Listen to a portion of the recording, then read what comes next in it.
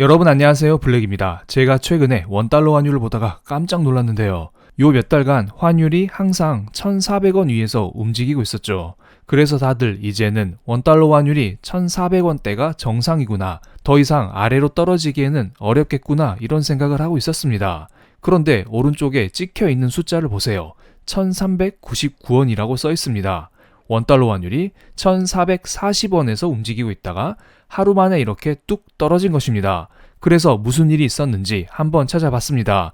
이번 영상에서는 도대체 환율이 왜 이렇게 급락했고, 그렇다면 우리는 어떤 투자를 해야 할 것인지에 대해서 이야기를 드리겠습니다. 또한 해당 투자 방향에 대해서 조심해야 할 것은 없는지 이 부분도 한꺼번에 말씀드리겠습니다. 환율이 급락했었던 날, 중국에서 펜타닐 통제를 검토하고 있다는 소식이 들렸는데요. 직전 영상에서도 이 부분은 설명드렸었기 때문에 간략하게 언급드리겠습니다. 지금까지 미중 협상에 대해서는 트럼프의 일방적인 요청이었다, 이런 평가가 강했었는데요.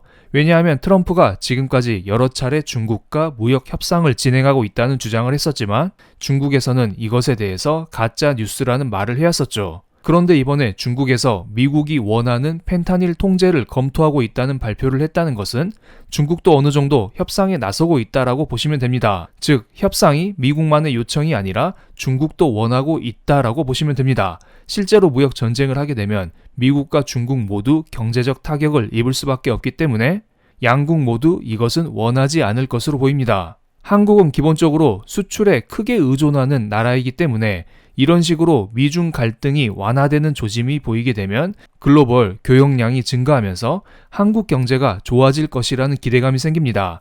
그래서 원화 강세 현상이 나타나면서 원달러 환율이 1,400원 아래로 뚝 떨어졌다고 보시면 됩니다. 물론 위안화 강세도 동시에 나타나면서 위안화 환율 역시 같이 떨어졌습니다.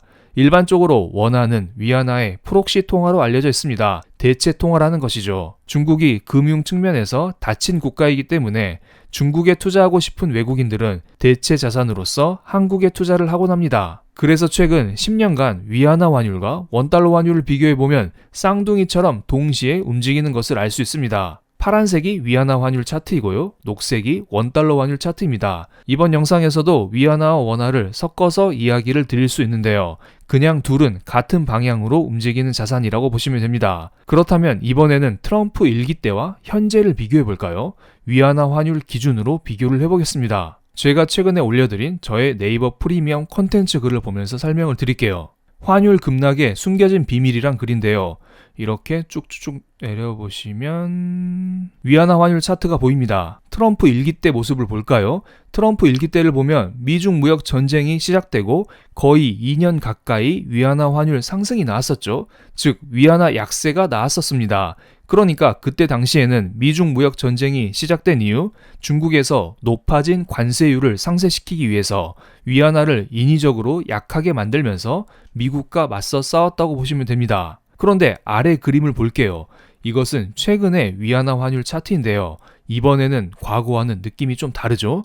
25년 4월 2일부터 상호 관세가 부과되었었는데요. 무역 전쟁이 시작되었기 때문에 며칠 정도 위안화 약세가 이렇게 나오다가 그냥 위안화 환율이 뚝뚝뚝 떨어지고 있습니다.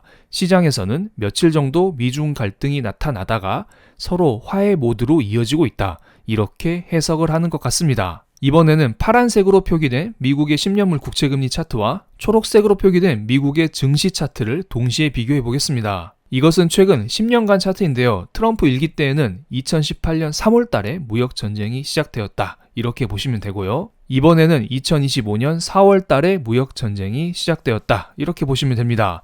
이번에는 조금 빠르게 시작했죠. 일기 때에는 당선된 이후 1년 정도 간을 좀 보다가 무역 전쟁을 시작했었는데요. 이번에는 취임하자마자 바로 시작하네요. 빠르게 시작한 만큼 협상의 속도도 빠르다는 생각이 들기도 하네요. 어쨌든 일기 때의 상황을 먼저 확대를 해서 보겠습니다. 일기 때를 보면 무역 전쟁 초창기의 흐름이 나쁘지 않습니다. 국채 금리는 조금씩 상승했지만 증시 역시 가파르게 오르면서 무난한 모습을 보여줬습니다. 만약에 트럼프가 국채 금리와 증시를 모두 신경 쓴다고 가정을 해보면 증시는 오르는 방향을 선호할 것이고요, 국채 금리는 떨어지는 방향을 선호할 것이라고 봅니다. 둘 중 하나라도 얻어내는 방향으로 가줘야 트럼프 입장에서는 자신 있게 중국을 때릴 수 있을 것으로 보입니다.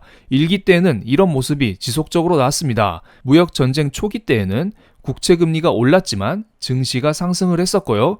그러다가 증시 폭락이 나왔었던 2018년 말에는 안전자산 선호 현상이 강해지면서 국채 금리가 떨어져 주면서 안정감을 찾았습니다.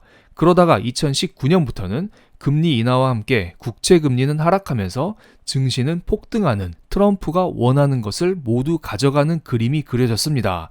그렇지만 2기 때에는 다릅니다. 2기 때의 해당 차트를 그대로 보겠습니다. 상호 관세를 부과하기 이전부터 증시가 떨어지기 시작하더니 상호 관세를 본격적으로 부과하자 증시는 폭락하기 시작했고요. 오히려 국채 금리는 위로 튀었습니다. 두 가지 방향 모두 트럼프가 원하지 않았었던 방향으로 추정이 됐는데요. 그러자 트럼프가 재빠르게 협상으로 방향을 선회했다고 보시면 됩니다. 그러면서 금리 인하에 대한 압박도 지속적으로 하고 있습니다. 최근에 파월을 해임시킨다는 말을 한 번 했다가 증시가 흔들린 적이 있었는데요.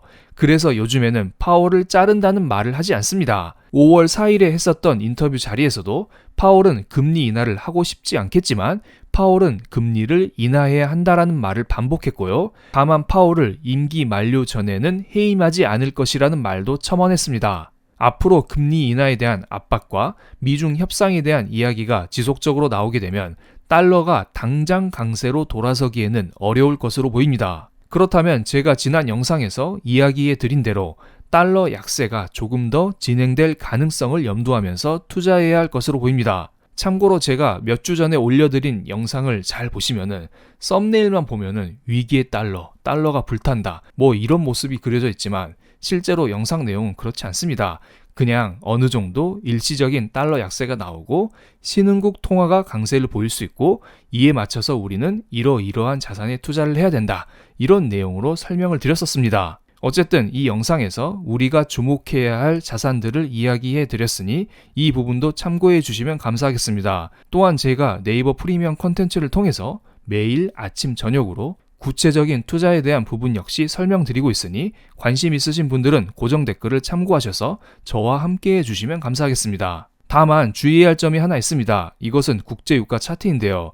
일반적으로 무역 전쟁 같은 이슈가 발생하면 경기 둔화가 나오면서 원유에 대한 수요 감소와 함께 국제유가가 하락하곤 합니다.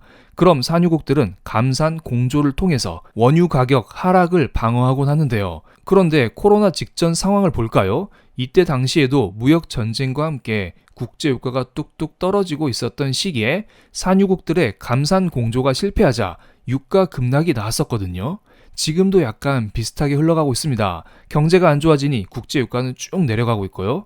이 상황에서 혹시나 산유국들의 공조가 나오지 않으면 국제유가의 하락과 함께 또다시 2020년의 상황이 나올 수도 있다고 봅니다. 그렇기 때문에 국제유가의 가격을 잘 보면서 투자해야 할 것으로 보입니다. 그럼 오늘 영상 여기서 마치겠습니다. 제 영상이 마음에 드셨다면 구독, 좋아요, 알림 설정까지 부탁드리겠습니다. 감사합니다.